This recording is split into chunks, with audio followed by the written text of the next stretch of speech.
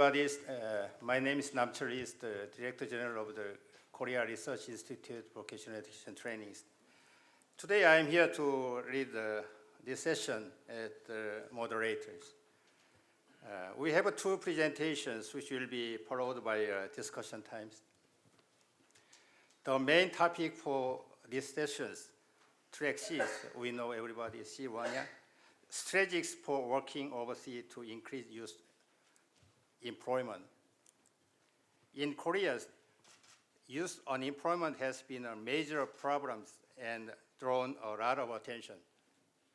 However, the problem is unlikely to be solved in the short times. We only have some limited solution for the jobs, for job creation in Korea. One of the solutions is for young people to work overseas. To increase the employment of young people, more jobs opportunity abroad should be promoted. In this session, we'll examine the ways to support youth employment through creating more job opportunity abroad. We have two speakers here to present. Both of them are great experts in human resource development. I am very pleased to introduce these two experts to the audience. Now let me introduce the speakers. The first speaker is Dr. Yangok from Korea. Dr. An holds PhD Physical Education from Seoul National University, Korea.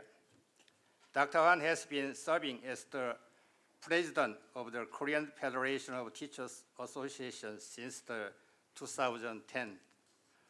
Also, he is serving a lot of Korean societies as chairperson and commissioners. In 2013, he was awarded presidential medals for his endeavor in education.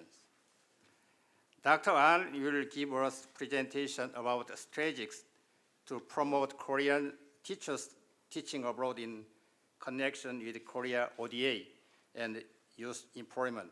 Good morning, ladies and gentlemen. My name is Yangok, and I am the president of KFTA. I am honored to be able to present in 2050 Global HR Forum today.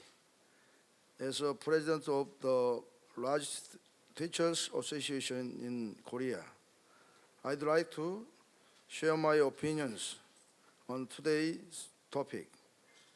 I hope you find them useful. From now on, I will speak in Korean for a more effective presentation. Thank you for your understanding. 오늘 아침 첫째 발표로 제가 나섰습니다. 저는 직업교육 전공자가 아닙니다. 제가 소개드린 대로 저는 대한민국의 최대 교원단체인 한국교총 회장직을 5년째 수행하고 있습니다. 5년째 수행하는 동안에 오늘 주제인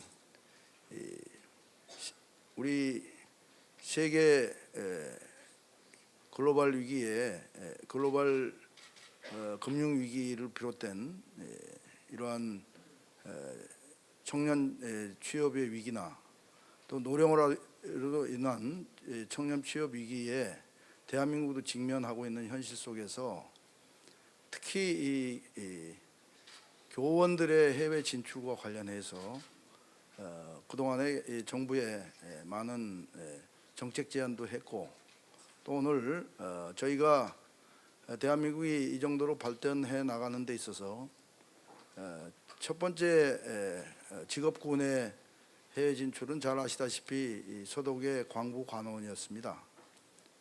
또 제2의 또 해외 진출은 아마도 중동의 근로자였을 것으로 생각됩니다.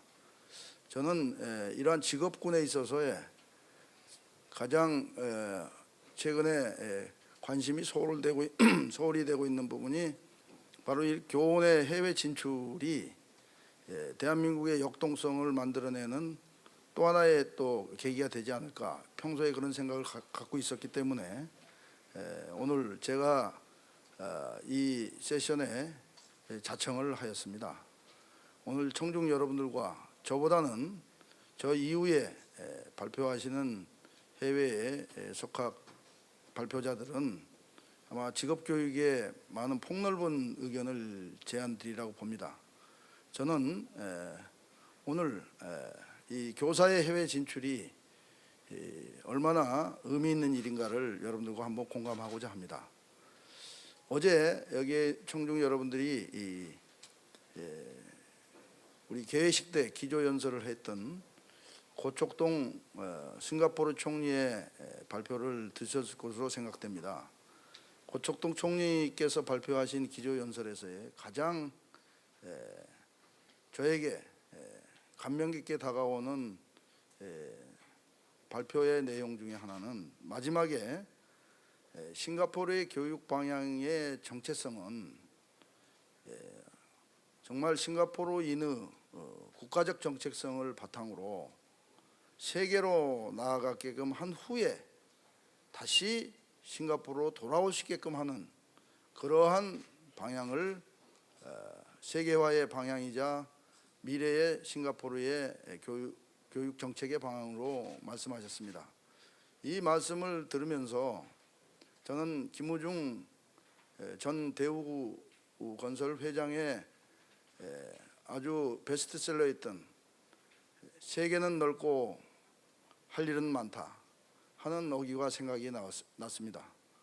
아울러서 저는 미국에 처음으로 연구교수로 갔을 때 1년여 동안 대한민국을 바라보면서 대한민국의 미래에 우리 국민들이 비록 미국이라는 큰 땅덩어리 안에서 조그마한 존재로 대학에 공부를 하고 있는 저보다는 대한민국에 있는 학생과 우리 국민들이 세계를 바라보는 시각이 훨씬 더 넓을 것으로 생각되었습니다. 잘 아시다시피 미국의 학생들은 미국은 국가가 아니라 미국은 세계이다 이렇게 배우고 있습니다. 우리는 대한민국을 생각하고 세계를 넓게 보고 있죠. 즉 미국의 학생들보다는 대한민국의 미래 세대, 우리 미래 세대들이 훨씬 더 교육적으로 폭넓게 넓은 세계관을 갖는 것으로 저는 생각하여 봤습니다. 그런 차원에서 오늘 우리 대한민국의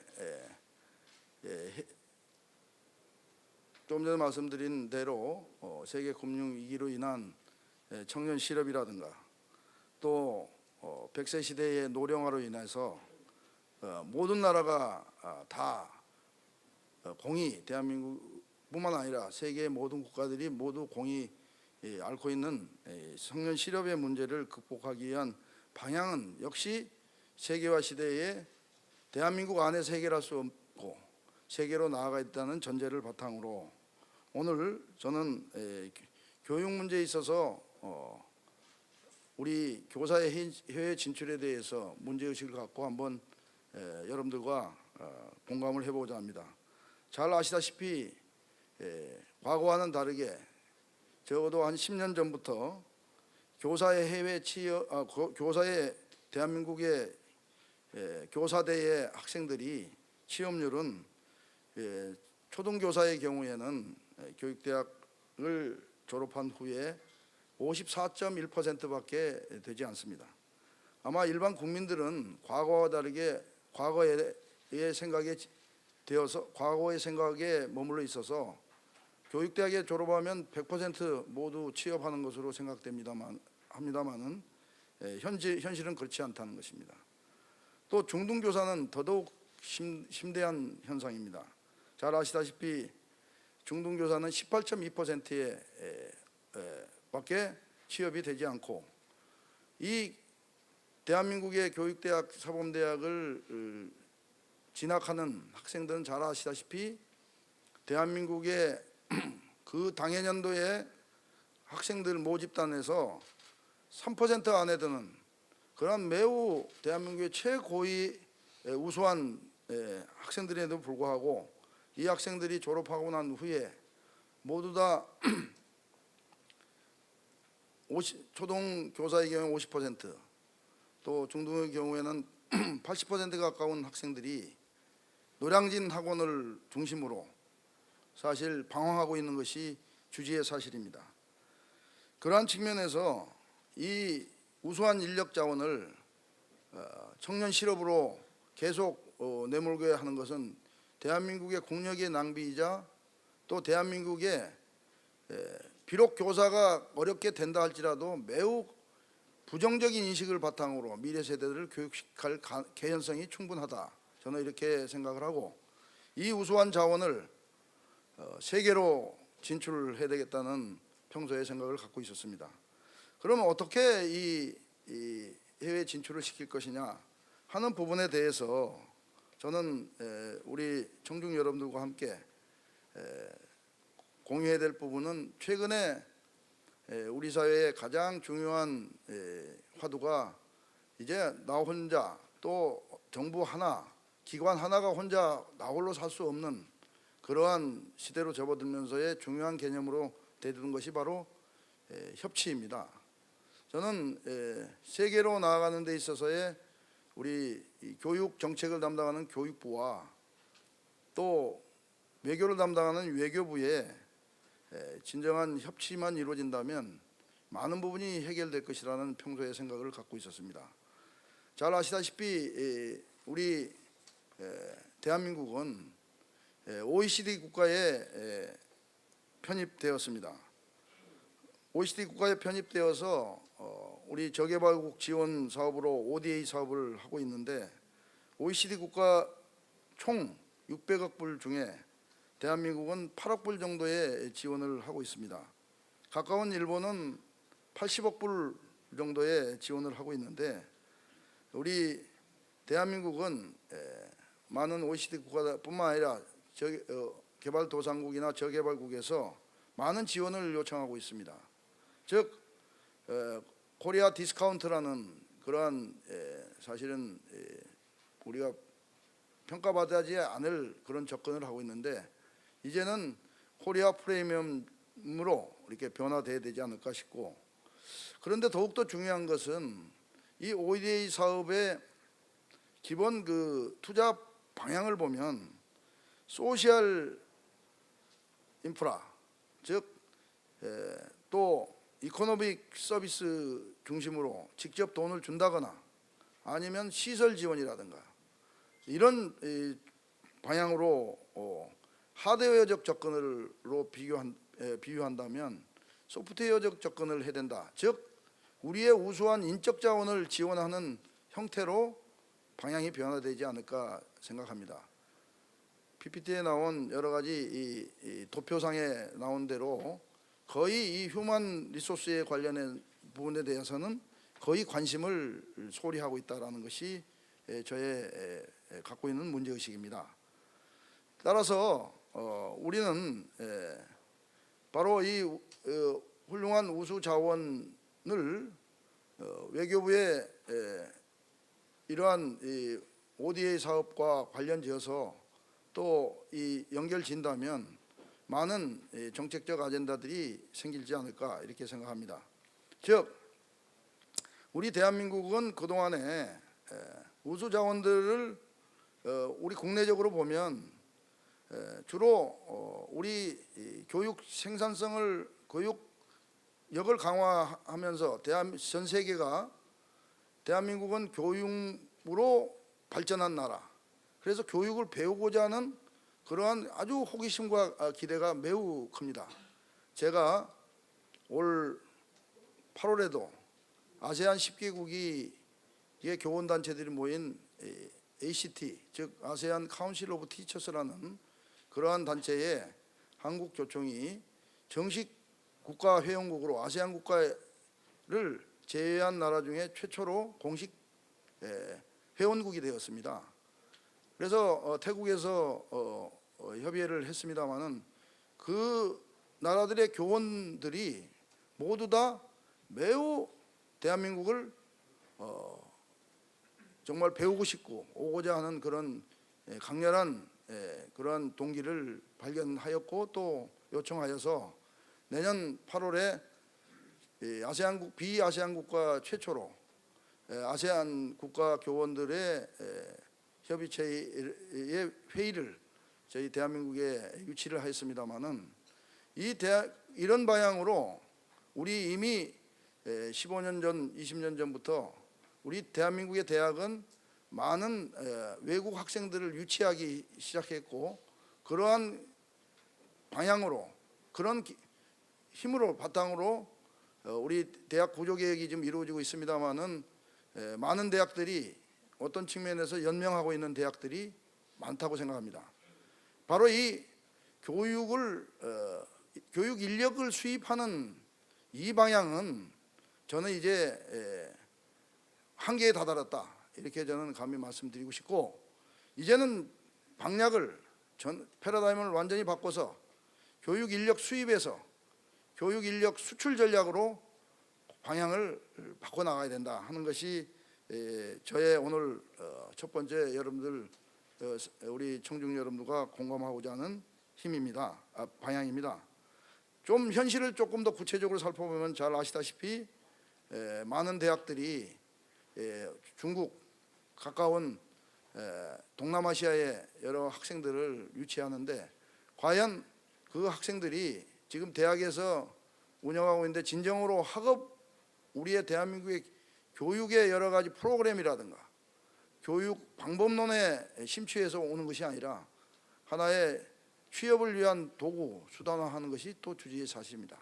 또 한편으로는 조금 전에 얘기한 교육부의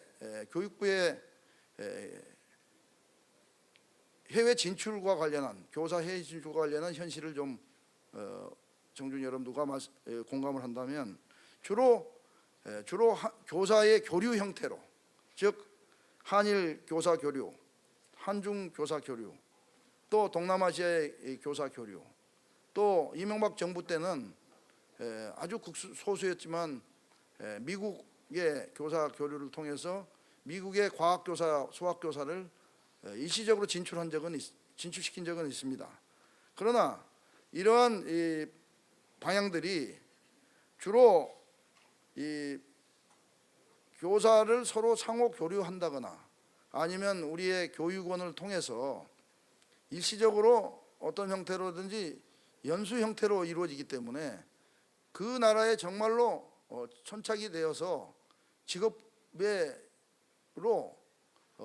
우리 기여하지 못하고 그야말로 어떤 교사의 능력 개발적 차원에서만 접근을 하지 못하기 때문에 이 문제에 관련해서 너무나 안타깝게 생각하였습니다.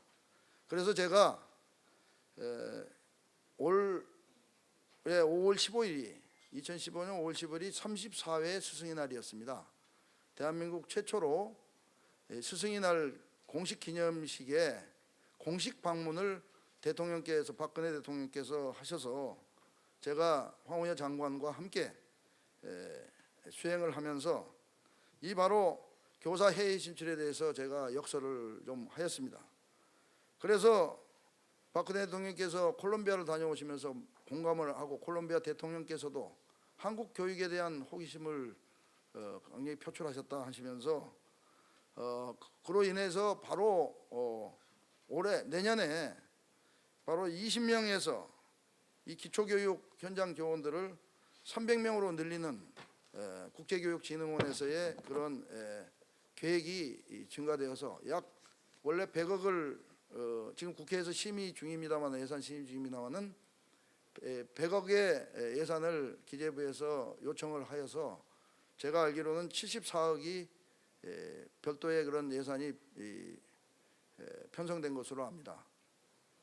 그토록 하나의 이제 방향은 정해졌으나 사실 저는 매우 이 74억이라는 돈이 하나의 종잣돈인데 제가 생각하는 교사 해외 진출의 종잣돈인데 과연 이 74억이 어떻게 사용되는가에 대해서 또 어떻게 기획되는가에 대해서는 매우 의문점을 갖고 있습니다. 즉 그동안의 교사 교류에 좀 더 부가적으로 지원한다거나 또 교사들보다는 교장 선생님이라든가 일종의 관리자들을 해외로 보내는 일시적 연수 기능에 사용한다거나 이러한 방향으로서는 제가 생각하는 글로벌 시대의 우리 청년들의 미래의 예비 교사들을 세계로 진출시키는 그런 기획과는 좀 동떨어진 방향으로 예산이 사용되지 않을까 하는 저는 우려를 갖고 있습니다. 그런 차원에서 저는 오늘 우리 청중 여러분들에게 제가 좀 더 장기적이고 미래지향적이고 또 진정한 청년 실업 시대에 우리 가장 세계적으로 우수한 예비 교원들을 세계로 진출시키는 방안에 대해서 한번 말씀을 드려볼까 합니다. 즉 앞서 말씀드린 교사 교류와 외교부의 ODA 사업과 우리 청년 해외 예비교사의 진출을 트라이앵귤레이션으로 묶어내는 전략을 한번 청사진을 그려본다면 이렇게 접근을 하면 어떨까 이렇게 생각합니다. 즉 서두에 말씀드렸듯이 싱가포르의 고총동 총리는 어떠한 말씀을 하셨습니까? 싱가포르의 국민들은 싱가포르라는 조그만 도시국가에서 남아있는 것이 아니라 세계로 나아가게끔 하는 마인드를 항상 갖고 있다가 세계로 나아간 다음에 반드시 싱가포르로 돌아오게 하는 귀향을 하게 하는 그런 마인드를 갖게끔 하겠다. 즉 싱가포르의 국가 정체성을 애국심이죠. 그 애국심을 갖게끔 한다는 뜻입니다. 저는 대한민국의 지금 현재의 교실은 전 세계적으로 봐도 사실상 매우 우수한 교실입니다. 그런데 우리의 학부모님들은 우리 학생들은 만족하지 못하고 교사 또한 매우 만족스럽지 못하게 부정적 인식을 갖고 있습니다. 이 부정적 인식을 깨우치려면 저는 개발도상국으로 우리의 대한민국의 예비교사들이 적어도 6개월 내지 1년은 한 번쯤 나아갈 필요가 있다. 그래서 세계를 느끼고 다시 돌아온다면 아마 우리 대한민국의 교실은 세계 속의 교실이 되지 않을까 이렇게 생각합니다.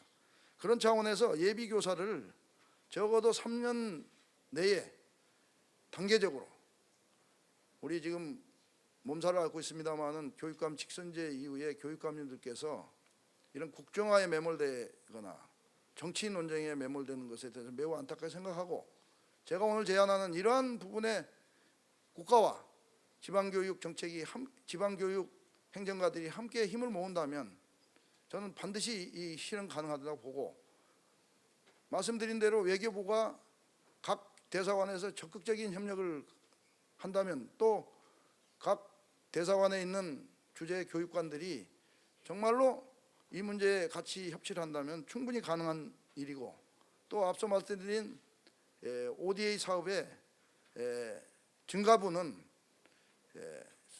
소셜 이코노믹 직접적 지원보다는 인적 자원 지원을 해주는 차원으로 교사 해외 진출을 성사시킨다면 아마도 우리의 제1의 제가 광부와 소독 간호사를 말씀드리고 제2의 중동 진출에 있는 근로자를 말씀드리지만 이제는 우리 지적 역량을 가진 세계 속에 우리 예비교사들을 보낼 수 있고 그것을 가칭 저는 한국교육봉사단이다 이렇게 명칭을 붙이고 그 일을 우리가 수행한다면 미국 평화봉사단이 1960, 70년대에 미국 세계 지배화 전략을 바탕으로 세계 패권국이 되듯이 대한민국이 교육 패권국이 될 수 있는 기반을 마련하지 않을까 이렇게 생각합니다. 아울러서 이 부분은 우리 한국의 대한민국의 교육과 학교를, 교실과 학교를 세계화한다면 반대로 이제 대한민국의 교사들을 우리 한국에 머물게 하지 않고 아까 말한 노량진 학원에 머물지 않게 전 세계로 전략적으로 나아가게끔 해야 된다고 생각합니다. 앞서 말씀드린 대로 54.1%의 초등교사 교육을 하는 교육대학교 졸업생은 향후 40%로 또 30%로 떨어질 것으로 예측됩니다. 잘 아시다시피 우리 학령 인구가 계속 줄어들기 때문에 필연적인 현상이라고 보고 중등학교의 경우에도 18.2%에 가까운 취업률밖에 되지 않으면 80%의 예비교사들은 자기가 원하는 교직의 길을 가지 못하고 아마도 다른 직종으로 갈 수밖에 없을 것입니다. 이 우수 자원들이 인력을 이 대학을 다니는 동안에 낭비해서는 안 된다. 따라서 앞으로 교사교육기관에는 필수적으로 자기가 전략 거점을 국내의 교사가 되지 않고 국외로 될 수 있도록 제2의 외국어 프로그램을 강력하게 이수하여서 완전히 어학에 능통한다면 우리의 예비교사들의 지적 역량으로 볼 때 어떤 나라든지 우리가 갈 수 있는 그러한 기회가 되지 않을까.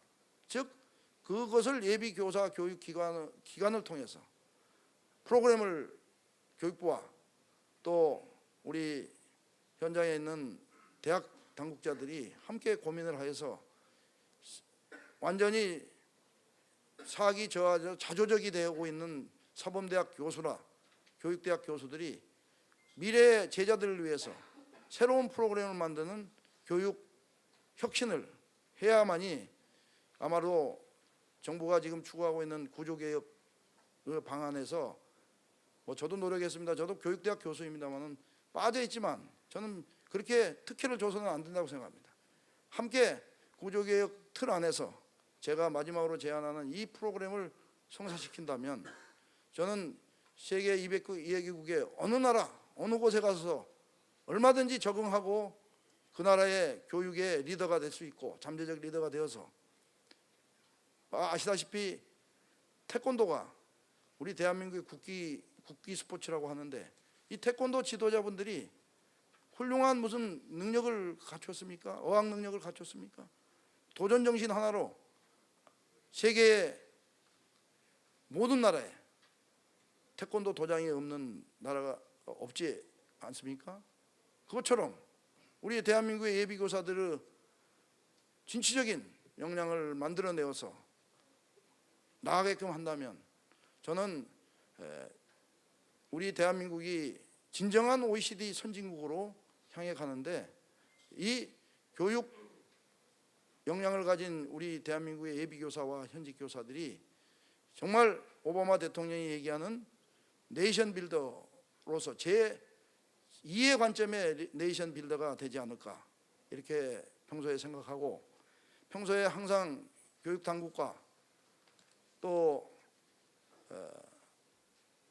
정부, 국회 이런 모든 정치가나 교육행정가에 목소리 높여 외쳐왔습니다마는 한 번도 저의 생각을 그렇게 진지하게 받아들이지 않는데 유일하게 박근혜 대통령께서 그것을 이렇게 경청하고 올 스승의 날 고개를 끄덕이시더니 진짜로 정책에 반영하여서 제가 그러한 기운을 바탕으로 오늘 힘을 얻어서 제가 서두에 말씀드린 대로 오늘 저는 직업교육의 문외한입니다. 문외한임에도 불구하고 제가 간청을 하여서 교육직업능력개발원 이영순 원장님께 간청을 하여서 이 자리에 섰습니다.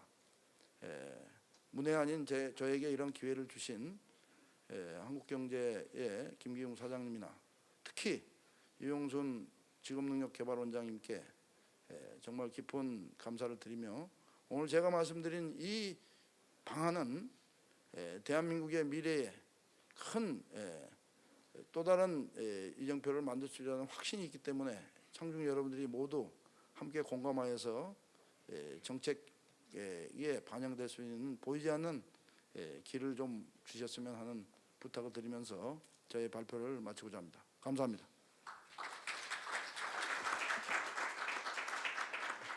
Dr. Han, thanks very much for the great presentations. Please welcome the speaker with warm applause again, please.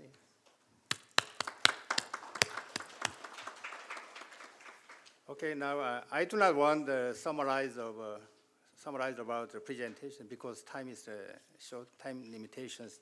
Okay, the next speaker is the Mr. Philippe Roberts from the Australia. Currently, Mr. Roberto is the head of the Research Operations Director International at the National Center for Vocational Education Trainings in Australia. We call the NCVER, which is one of the MOUs, the memorandums organization our institutions has. Mr. Roberto has received his degree and graduate certificate from Flinders University, Australia. His recent publications is that linking skill and job for youth. This one is introduced the Australian case in enhancing the link between skill development and youth employment policies. Mr. Roberto also has been serving as the regional coordinator at the UNEVOC and UNESCO. Our institution, KRIVET, is also Center for UNEVOC in Korea. Mr. Roberto will give us a presentation about working and studying overseas, strategy to increase youth employability. Please welcome the speakers, Mr. Roberto. Good morning, everybody. Look, I would very much like to thank Dr. Lee for that wonderful introduction, and also to President Han for his terrific presentation. I'd also like to thank KRIVET for this invitation and this opportunity to present at the Global HR Forum. KRIVET and NCVER have a special relationship. We've had a long-established memorandum of understanding. Both our agencies are UNESCO Centres of Excellence in our region. Both of those built off the high-quality research and extension services that we do, and we very much appreciate the relationship that we have with both KRIVET and also with Korea. Okay. I'm going to talk about how studying and working abroad can offer observable benefits to students, employers, and the broader labour market. Firstly, I want to start by looking at some of the issues around youth employability and the challenges around employment of youth, and to identify some global trends. I think we've heard some of those already at the conference, and I just want to focus a little bit about some of the dilemmas that young people are finding internationally at the moment in terms of education and work. Then I want to look at some strategies, initiatives, and programs designed to support people studying and working abroad, and the potential of these as a way of increasing youth employability. So I think my presentation fits quite well with the tenor of the session. Because of my research interests and the research interests of NCVER, my focus will naturally be around the issues to do with skills and training. And I'll finish with some observations around what this might mean for policy action. Okay, some global trends. I think it's fair to say the dynamics of the global labour market are changing significantly. We're observing a substantial shift in the global economy towards this part of the world, towards Asia, with ever-increasing demands for skilled labour, some of which cannot entirely be sourced domestically anymore. So that means that in many cases, countries can't actually meet their own demands for certain types of skills within their own country. We are seeing countries and entire regions that are both producing surpluses of labour and others which still have skill shortages. I saw something recently in the media where it was estimated that Germany, for example, has somewhere around 600,000 unfilled skilled and semi-skilled positions, and a further 120,000 unfilled training places. while other countries such as India, for example, are now starting to produce surplus skilled labour in some areas such as information and communications technologies. So what we're seeing is we're seeing surplus in some areas, we're seeing demand in others. In addition, there's been an observable trend happening in many countries, and we're certainly seeing it in my own, where we're seeing a hollowing out, as we call it, of the labour market, with many of the jobs in the middle disappearing.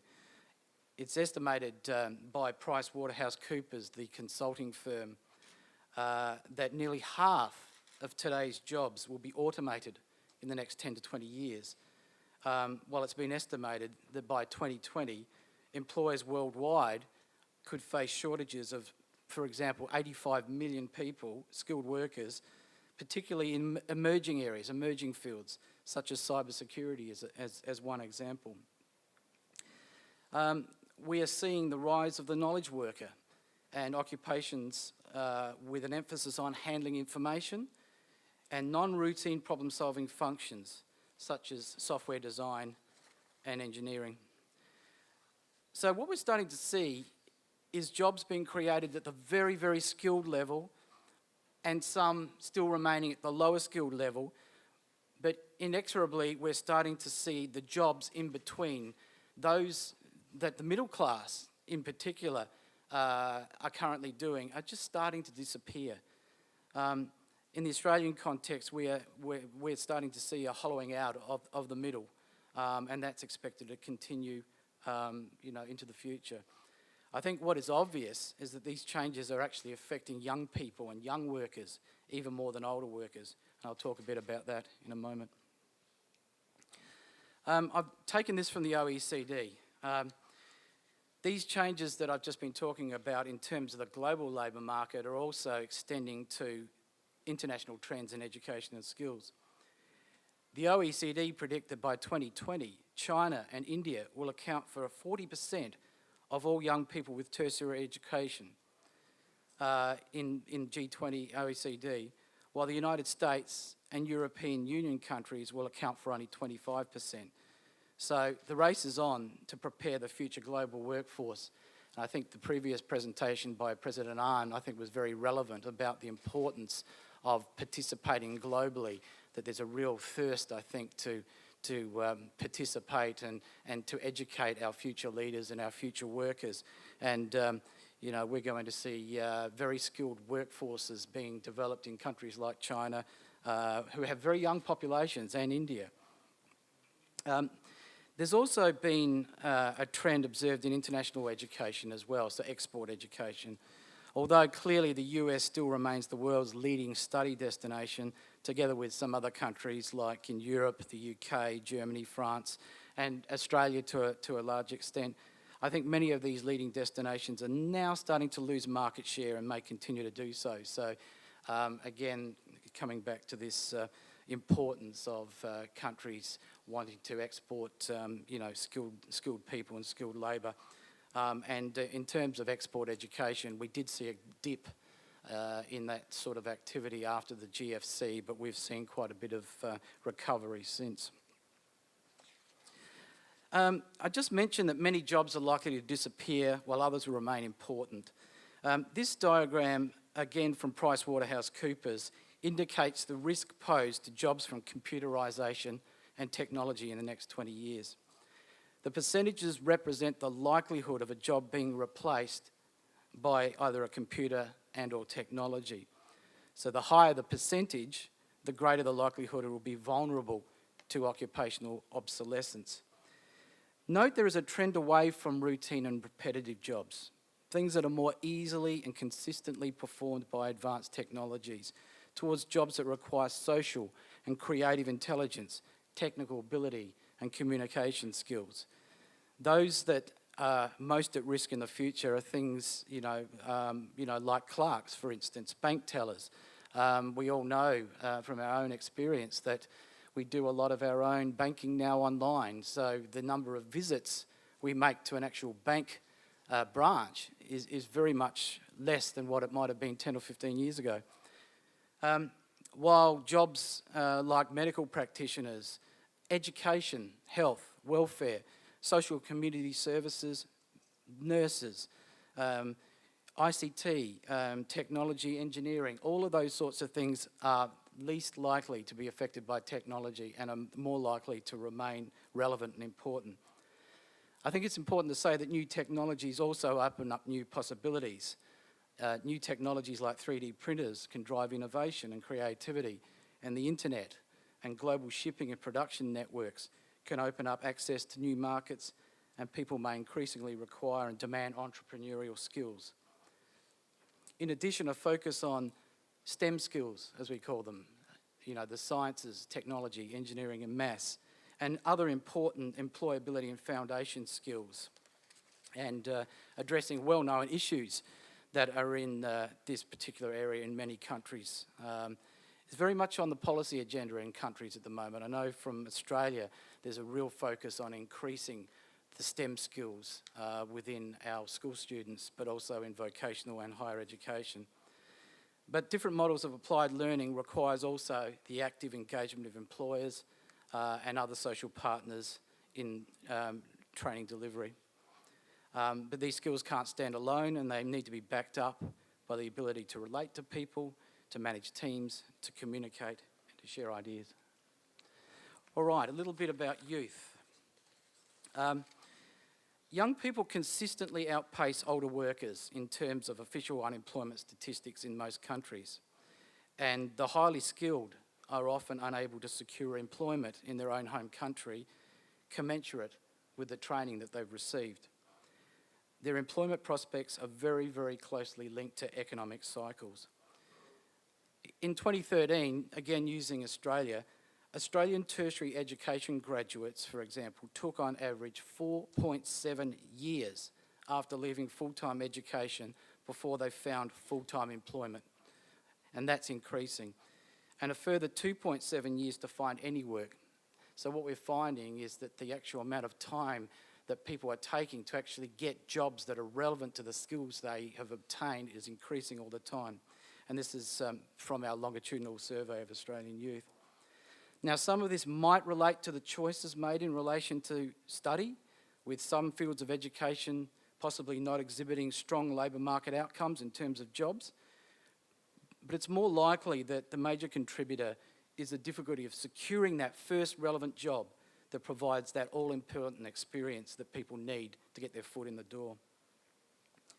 And in addition, the transition to independence for young people is being extended, due in part to economic and labour market factors, but also other issues such as in my country, for example, housing affordability, and also extended periods of education and training, so people are staying in school longer.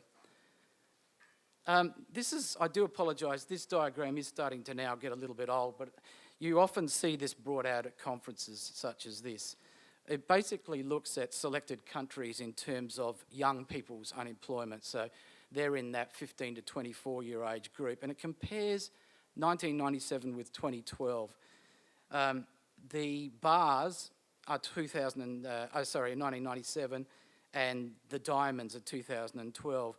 And basically what you can see is that it starkly indicates that in pretty much every country, youth unemployment has worsened since the global financial crisis, and that young people are particularly vulnerable to the vagaries of both national and international economic swings and roundabouts.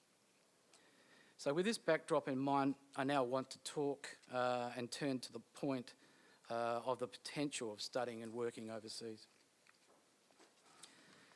I think the first thing to say is that the old formalised models of work are not necessarily that attractive to young people, and they are looking for a different relationship with the world of work. Students respond to labour market trends, to price signals and subsidies, and will want training that can provide them with good labour market outcomes. Employment commentators, however, have highlighted that the old model of a period of intensive education followed by salaried work will no longer be the absolute norm in the future. So young people's pathways into education and training and into work is going to change significantly over what we might have experienced in our generation. Employers want graduates who are work ready and can grow into whatever role they're given. And ensuring that graduates are job ready is critical to ensure that firms and industries remain dynamic, adaptable and efficient. And job readiness very much encapsulates what we might call the soft skills needed in the workplace, in addition to the technical skills to be able to add value quickly to an employer. Graduates are finding the job market very challenging in many countries, and as a result are engaging in a range of additional activities to assist them to stand out from the crowd.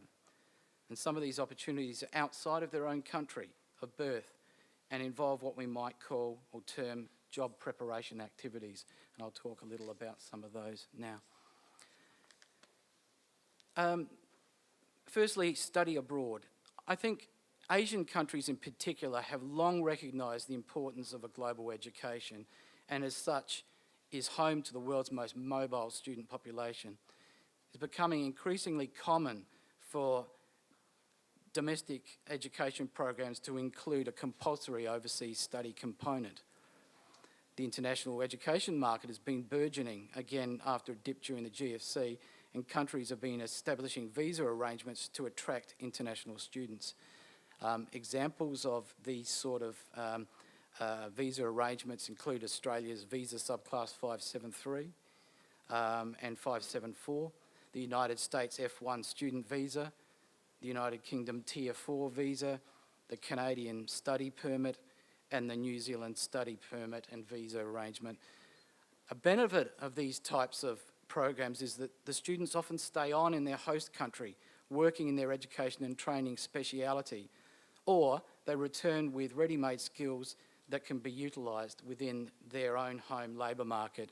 And we're seeing a significant, as I mentioned up there, a doubling in 10 years of the number of university students that are enrolled or studying abroad.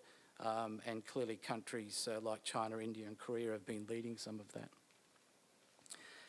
Another model, I think, which is well accepted, I think, in higher education is internships and volunteerism. There are a large range of formal internship or volunteering programs available for students who have graduated, and I've heard one of the speakers talk about it at this conference, for instance, Erasmus Plus in Europe, Proyecta in Mexico, World Youth International. And many of the skills required for the world of work are precisely those which studies have found to be fostered through some form of international experience of study, work, volunteering or service learning. The key feature of these programs, such as Erasmus Plus and its kind, is very much around promoting mobility and student exchange and developing greater understanding of other cultures while adding to the overall educational experience in studying within another country's context. And research conducted by Leeds Metropolitan University, for example, has shown clearly that exposing students to alternative perspectives and cultural contexts can offer significant results in terms of personal growth, self-efficacy, maturity, and also enhance students' intercultural competence. All of these sorts of things are very much being demanded in a global workforce.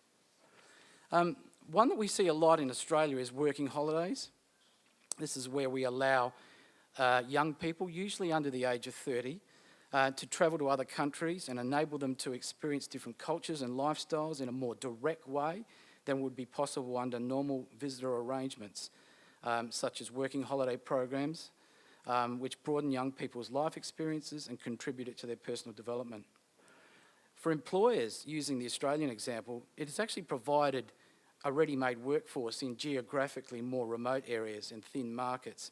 I think, for example, in terms of harvest time, where in states like Queensland, we can't get enough people, for instance, to pick things like mangoes because the local workforce is just not there. But quite often young people from countries like Korea, from Germany, from the United Kingdom are quite willing, as part of their working holiday program, to actually work while they're gaining valuable insights and experience into our culture.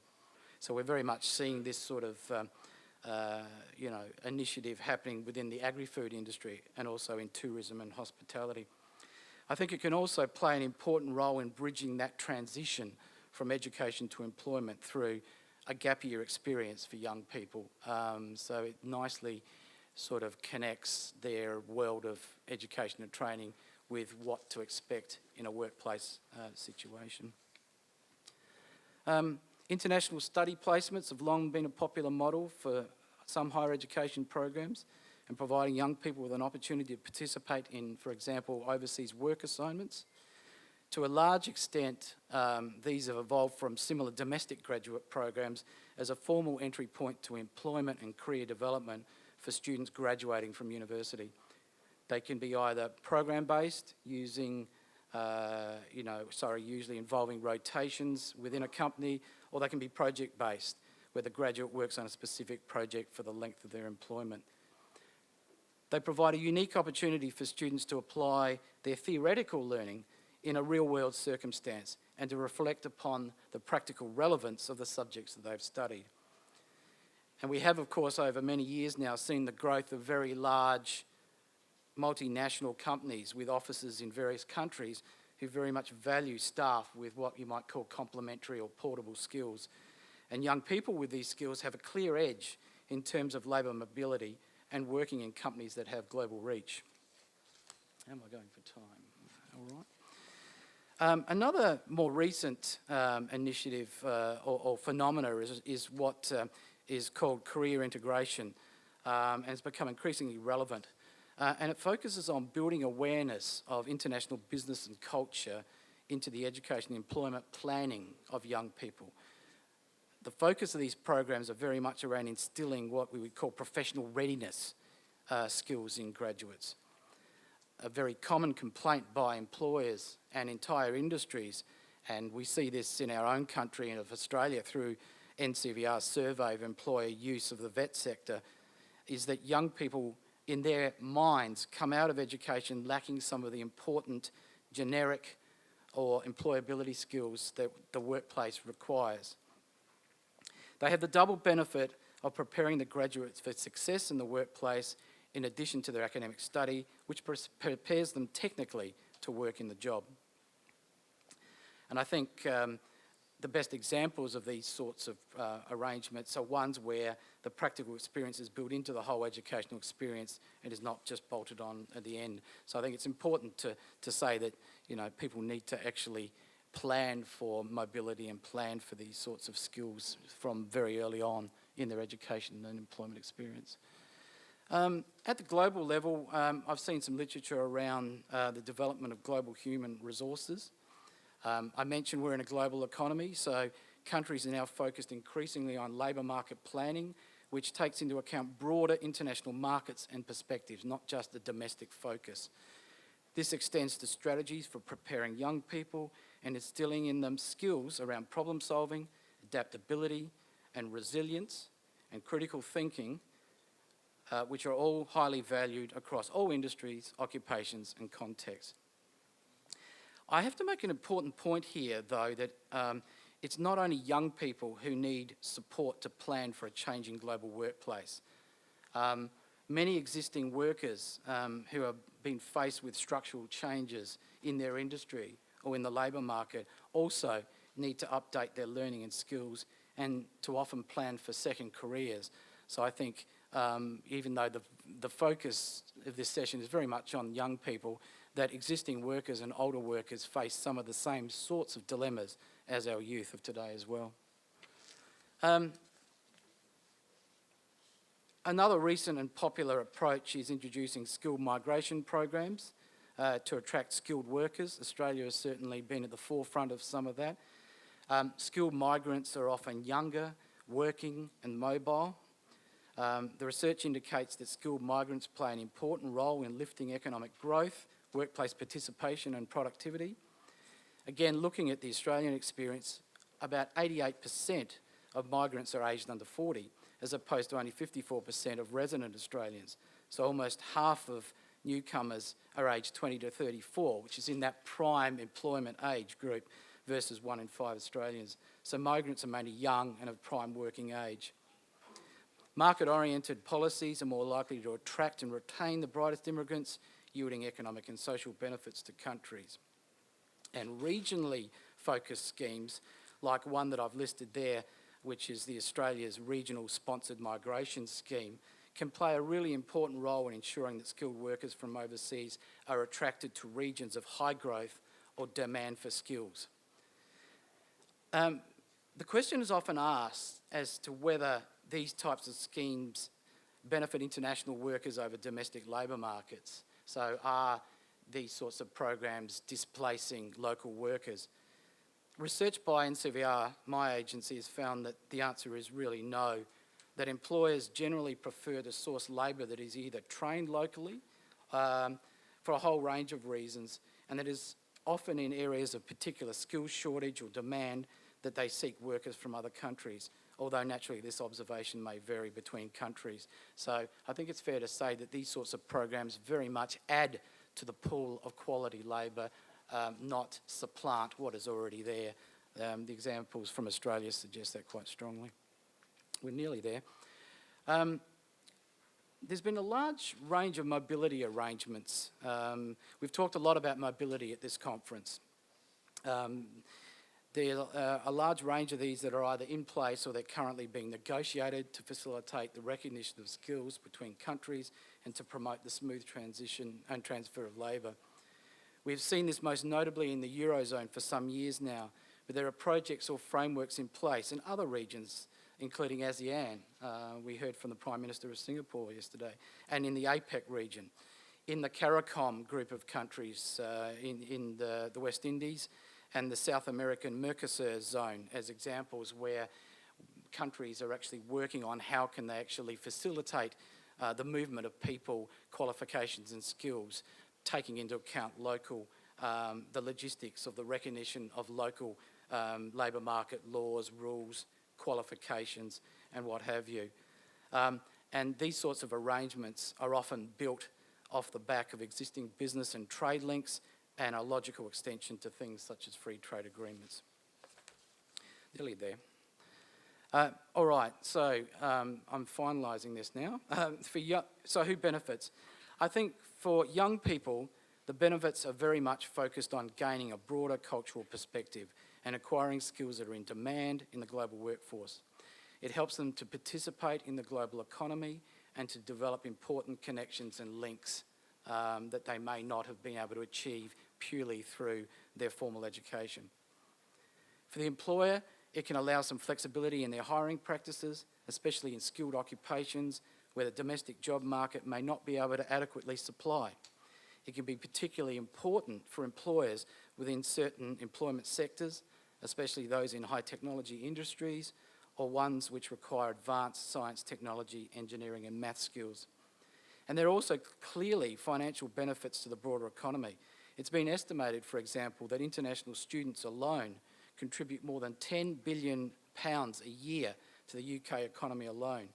And these students can become an important skills resource, both for the country of origin, but also the recipient country as well. Quite a lot of people stay on in the country that they've done their education and training, while others return. So there's a double-sum game there. So finally, implications for policy and practice. I think a focus on preparing young people for the global and digital economy is clearly essential. I can't quite read that. Time over. Okay, very quickly. Any national HR strategy should focus on how we can make our workers more competitive internationally, but at the same time instill in them the kinds of intercultural and language skills necessary to make them a global employment asset. Secondly, promoting overseas engagement, either during the education and training experience or after graduation, adds to a person's portfolio of skills and can increase their overall employability prospects. To be effective, however, a range of connected or linked education and training and employment policies might be required to ensure that young people can make the very best of their opportunities. This also includes a focus on career management and transition planning that is expansive and which looks beyond national borders. And finally, it's worth saying that everyone has a role to play in enhancing the prospects and employability of our young people and engendering an international perspective from school through to post-compulsory education, work and training, and embedding this in the education and career planning is a very, very important step. Thank you.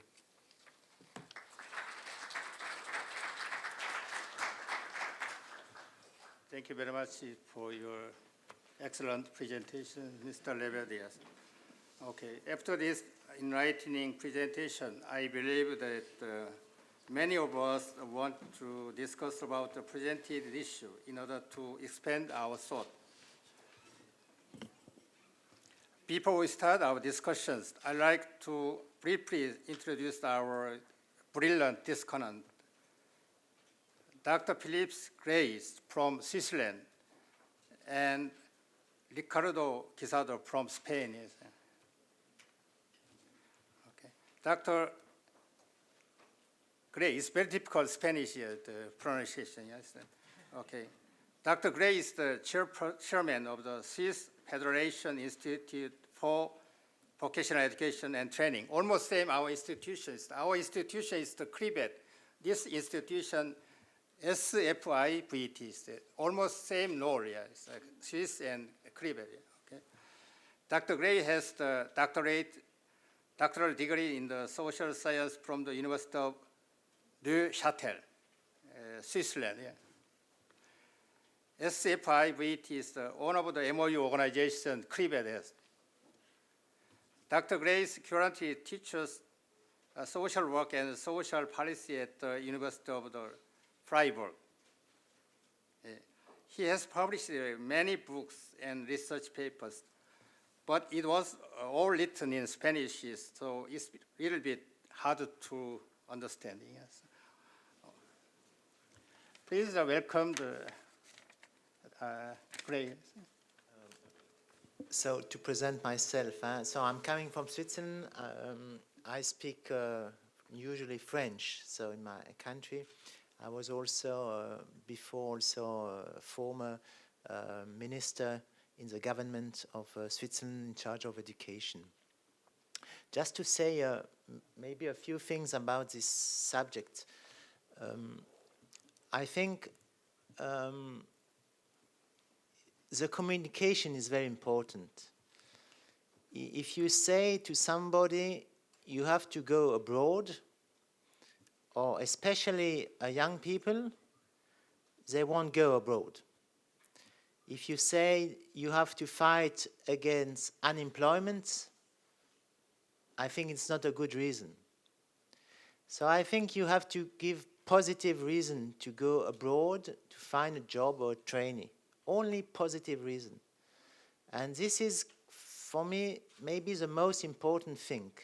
A lot of things were said, but communication is important. And what is important in going abroad? To find a job, to get a training.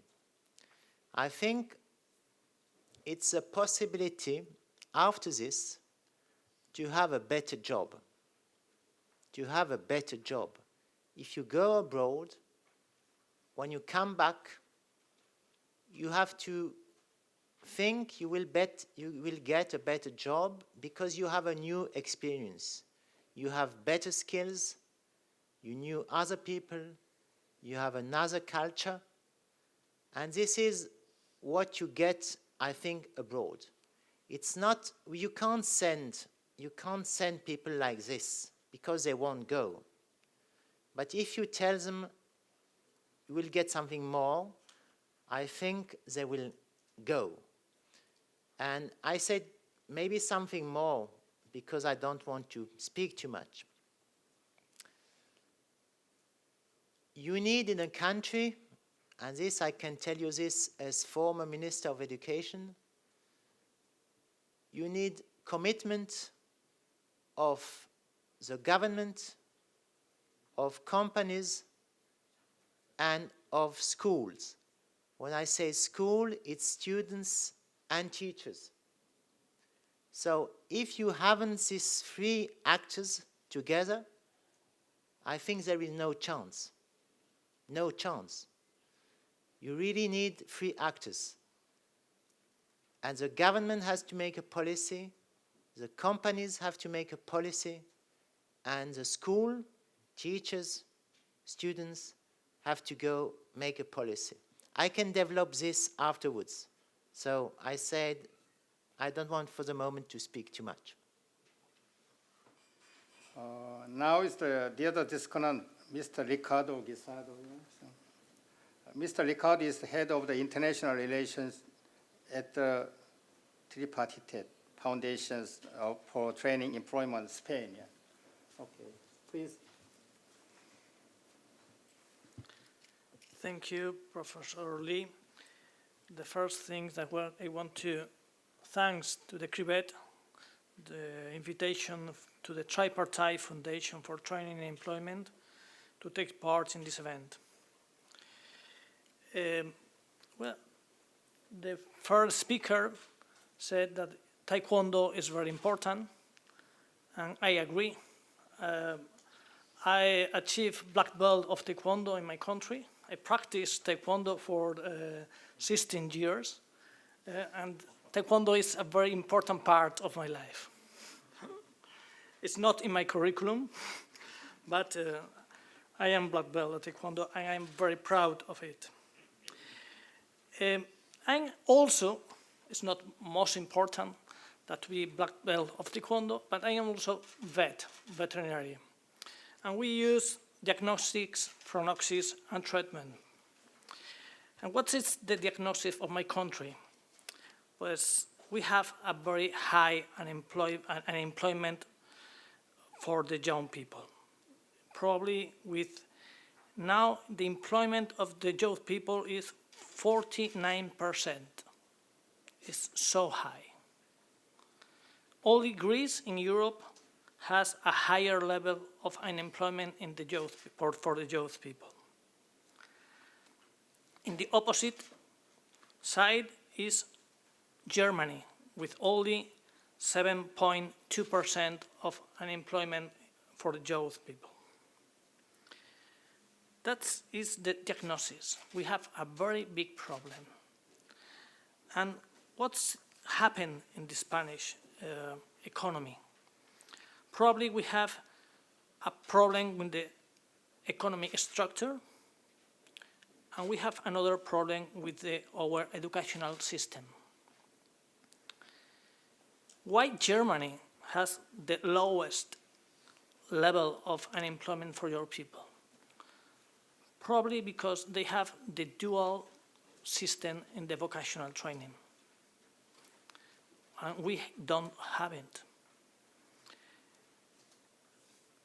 We have changed our educational law a few months ago, and we have not enough time to check if the result of that law.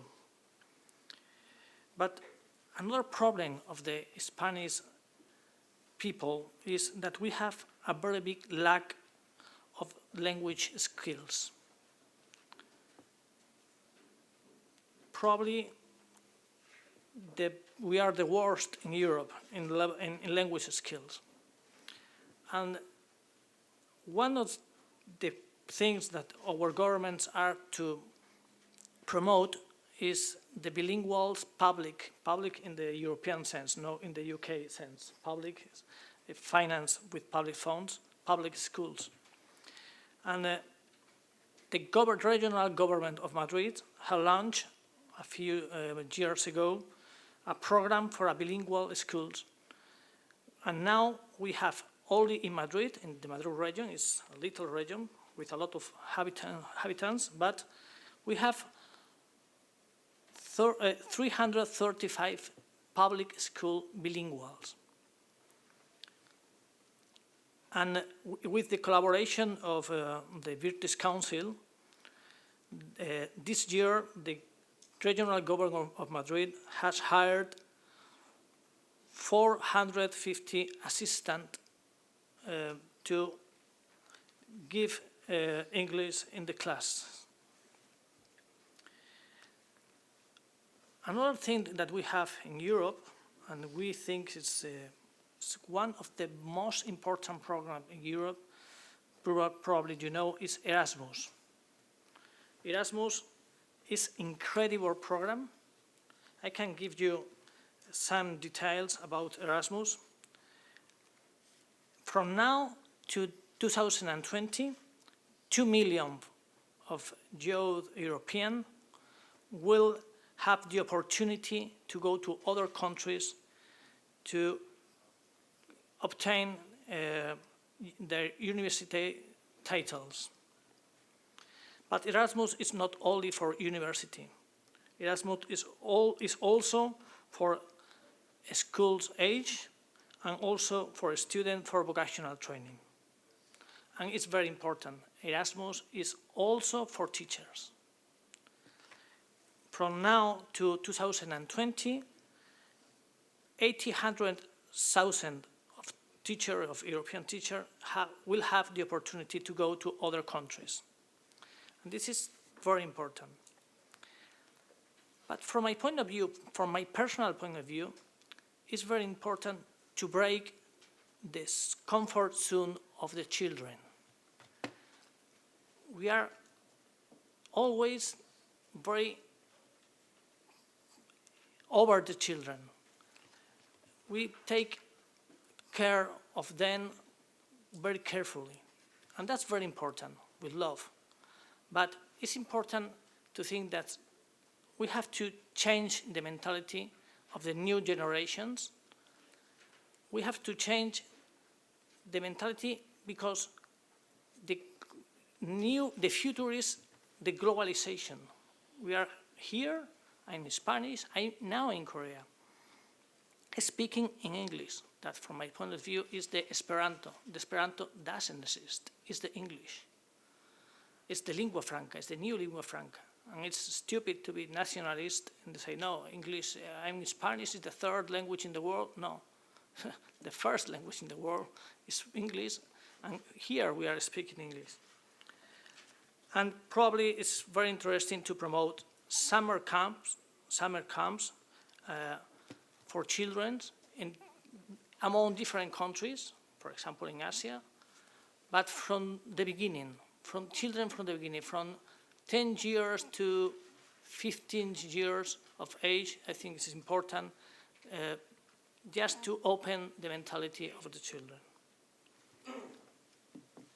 And also, of course, if the children see that their teachers come from other countries, they will have another mentality. They will have an open mentality to learn.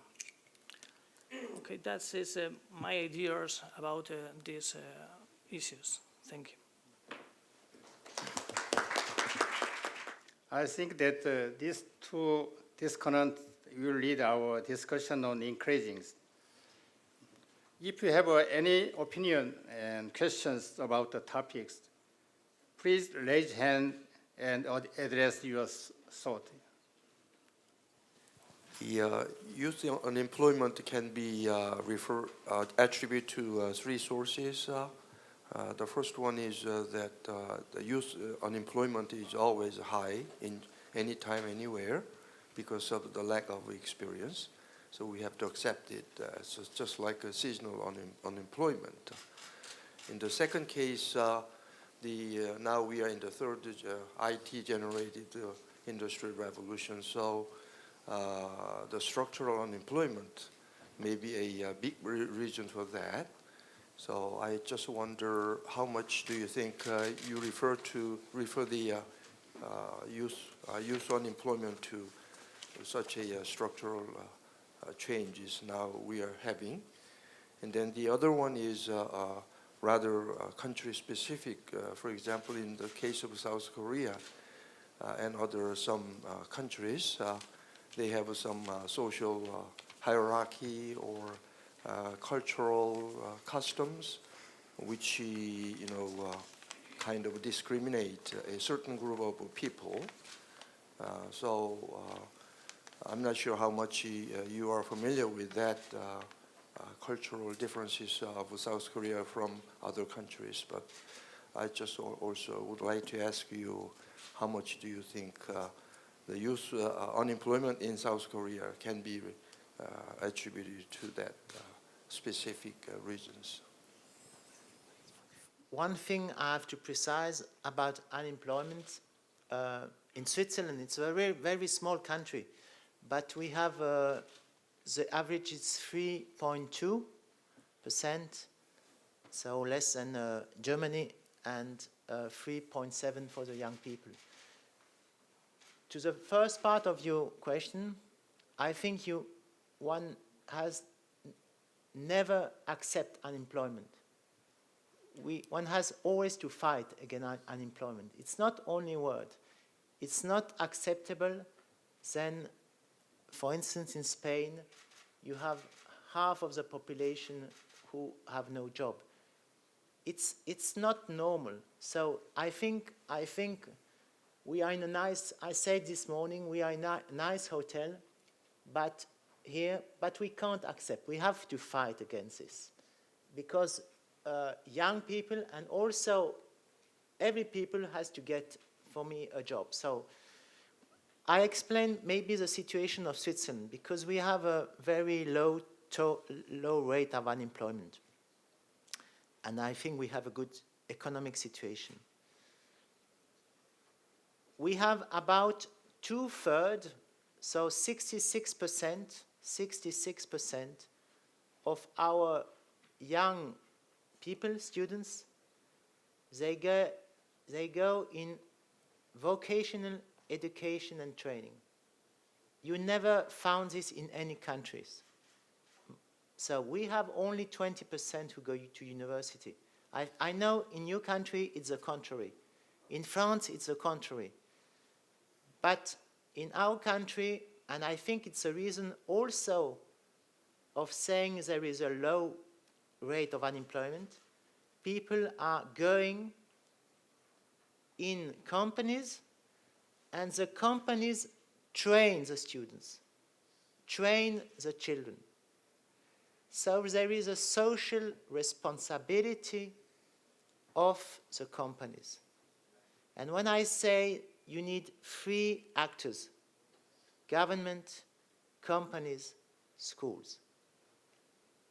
Companies, so I talk only in my country, take this social responsibility to train students. And they hire 66% of all students. So they pay quite a lot, of course, because it costs a lot of money. But what I can say you, I fight for this system. Now you have to say it's not only social. You have to get back something in return. And we calculate this. And there is a return on investment. And this is very important. For companies who hire students, who hire young people, the last figures get a return on investment between 7 and 10%. So you have, the company wins also to hire those people. But it's a mentality, I think it will, for us too, it takes years and years to change. You can't say you go like this, or you go abroad. It's not possible. You have to communicate, to give, to see it's better. You will maybe win money because it's better, there is a return on investment. Okay, this was my answer, because in Switzerland I think I don't know if we are lucky, but the economy is going well, and we have a strong VET system. This is maybe one part of the question, the other part. I think that you have a dual system too. Yes, dual system. Yes, Austria, Germany, and Switzerland have the lowest level of youth unemployment with the dual system of vocational training. Yes, yes. And in Spain, we have, it's very important, the vocational training, but in Spain we have 37% of people, of the young people in the university. The average in Europe is only 26. That's the result why we have a lot of people in the university and at the same time a lot of people in unemployment. I just want to add to what Ricardo and Philippe said as well. From the Australian perspective, we don't quite have as many people in vocational education compared with higher ed as they do in Switzerland, but still probably double the number of people go to vocational education than higher education in Australia. And what we find is that the returns individually, in terms of employability, is very high in VET. Our student outcome survey that we administer at NCVER finds that close to 90% of people are either working or have obtained work 6 months after completing their training in vocational education, in comparison with about 63% for higher education graduates, and falling. So I think it's fair to say that vocational skills are often the ones that are required by industry, but I think our sector, the vocational education sector, has some work to do to convince students and parents and other people of the value of undertaking vocational training, maybe in comparison to a traditional university education. Okay. Thank you for that, and thank you, moderator. And you know that's now it's a kind of global trend, but young generations they are now facing quite challenges and difficulties under the harsh competition, and the jobs are supplies shorter and the demands are high, and also this have made them difficult. But thing is that young generations rarely pay attention to their own motivation-based career development. I mean, it's a self-identification of their own inherent interest. I think is a really crucial. Nevertheless, they have no one very rarely pay attention to. It's so miserable. So I mean, it's that's for job career development on the long-term basis, how we can make sure that they are provided with those programs which are emphasizing importance of their hidden inherent self-interest-based motivation enhancement program, right? And to do that, and then the very important thing is that they have to increase their capacity to identify their own motivation. What is my basic motivation from the early stage? So my question is, Australia is a huge country, Norway is a small, Switzerland is small, but nevertheless, I'm sure you have certain kinds of programs relevant to that. And so we have two Philippes, even though Spain is different. So my question goes to two gentlemen. Please introduce us. Thank you. Yeah, thank you for that. I think from Australia's perspective, and I've seen this in other countries as well, that the real weak point is career, not just career development, but overall career management. And I think helping young people and their parents and their friends, the people that influence them to make good decisions, is very much lacking, certainly in our country, and I think from others. Quite often career development or career management has been left to teachers as part of their part-time role, and quite often they are not fully aware of the opportunities that certain industries or certain occupations present. And that certainly there's been quite a campaign, I think, nationally to try and enhance career management, not only for young people, but also for people of an older age who need to change their careers. I think that's very important, yes.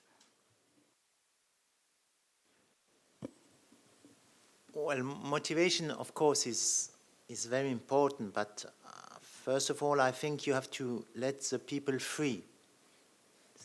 They have to choose. You mustn't force them. And I think the market will respond to the demand. But when I'm saying this, you have to give in structures, not in people. In structure, the same structure, the same equality in structures. What does it mean? It means this. In many, many countries, I come back to the vocational education training. In many countries, it's only the students who have weakest skills who go there. In many countries. The ones who have good skills, they go to university. So what, I don't know, I don't say Switzerland is better, it's not this. But in Switzerland, we said, we made this. we have also professional university. So there is a choice. There is a choice between academic university and professional university. It's not lower, it's the same. And when you speak about motivation, I am motivated if I want to do academic, but I can be motivated also if I do professional, because it's the same level, not for everybody, okay. And this, I think, it's to your answer, I think you have to put the structure in society to respond to this motivation. It's one of the answers. 우리 저 이정택 박사님께서 말씀하신 걸 그냥 여기 토론자 여러분들도 동시 통역되니까 제가 하나 우리 대한민국에 관련해서 이슈를 좀 제기할까 합니다. 말씀하신 대로 조기 잠재력에 대해서 얘기를 하셨는데요. 대한민국의 직업교육을 이명박 정부 때부터 우리 굉장히 강조하기 시작했지 않습니까? 그래서 특성화고등학교도 만들고 학교 제도로 볼 때. 그런데 제가 2011년도부터 전문계 중학교를 만들어야 된다 하는 주장을 계속 해왔는데 직업교육 학계에서도 그렇게 썩 긍정적으로 적극적으로 얘기를 못 하더라고요. 아까 지금 스위스하고 독일의 실업률이 유럽에서 가장 적은 이유에 대해서 저는 이 근원을 찾자면 바로 이 조기 잠재력 교육이라고 생각합니다. 즉 전문계 중학교 코스 루트를 아까 우리 저 토론자나 우리 필립 원장님께서 얘기하셨지만 전문계 대학, 학술 대학 우리는 위에 상위층 코스는 다 형성돼 있어요. 제도로. 하위 제도가 형성돼 있지 않고 그 부분이 바로 우리 이 대한민국이 빨리 해결될 문제다. 즉 모티베이션 얘기하셨는데 우리가 일반계 중학교로만 생각하고 고등학교에 와서 15세일 때 어떤 모티베이션이 형성된다는 것은 제가 보기에는 임의적일 수밖에 없다. 즉 조기에 자기 잠재력을 길러서 그런데 우리 대한민국 박근혜 정부가 그런 차원에서 박근혜 대통령도 스위스도 갔다 오시고 했는데 왜 어찌하여 이 전문계 중학교에 관심을 기울이지 못하는가? 즉 다른 표현으로 얘기하면은 기껏해야 한 것이 뭐냐면 자유학기제입니다. 이 자유학기제는 변질된 것이죠. 아시다시피 유럽에 벤치마킹을 한 것인데 아일랜드의 전환학년제 또 독일도 있는 것으로 압니다만은 바로 이 전환학년제는 전문계 중학교로부터 조기 모티베이션이 된 학생이 크로스 다시 자기를 특성을 전환하는 그런 기회를 주는 새로운 형태의 노력이거든요. 바로 이런 다양성의 학교 제도의 다양성을 통해서 스스로 자기의 평생 직업을 형성하는 그 과정이 학교 제도로부터 돼야 되는데 우리 대한민국은 그동안에는 해외로 진출하고 또 우리 안에 있는 역동성 때문에 그게 해결됐지만 세계적인 지금 추세로 이 부분이 국내적으로 해결하려면 저는 전문계 중학교 제도를 빨리 만들어야 된다. 그런데 우리 대한민국의 이명박 정부는 영재학교를 만드는 수어성 측면의 영재학교의 전문성을 갖는 그런 학교에는 관심이 있었지 사실은 모든 국민들을 위한 직업교육에 대한 비중을 관심 못 기울이기 때문에 저는 그 부분에 대해서 제가 잘 스위스에 가보질 않아서 이 전문 중학교 운영에 대해서 우리 토론자님 필립 원장님이나 우리 오스트레일리아 호주의 발표자님 또 우리 스페인 상황은 또 어떤지 한번 같이 들어보면 어떨까 이렇게 제안 드려봅니다. Thank you, Dr. Hans. Please answer about Switzerland or Australia. The comment was on. So I'm very pleased to hear this, and I wanted also to thank you, KRIVET, Yeah. for everything, Next time. because we had a nice time together, very nice time. Yeah. You know, I said just two things. First things,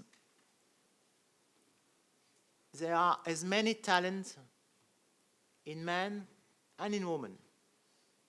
But 50 years ago, the people didn't think like this.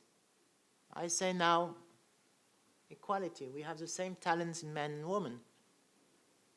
And women have to take place in our society. It's normal. And second thing I say, there are as many talent in academic way than in professional way. It's two different ways, two different paths. So we have to bring them out, these talents. In all countries, it's only academics, not only in South Korea. In countries like where around Switzerland, it's like this, only academic. We said we have as many talents in academic way than in professional way. So talents are everywhere. So we have to exploit these talents to the highest level. And this, what is the highest level? It's our professional university.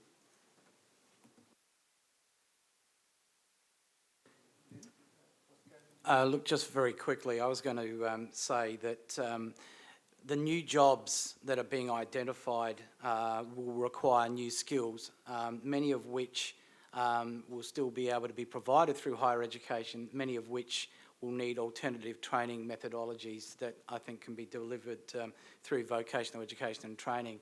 And a lot of the new jobs are going to be at the paraprofessional or the technician level. They're not going to be at the kind of high end. There will certainly be jobs there, there will certainly be growth there.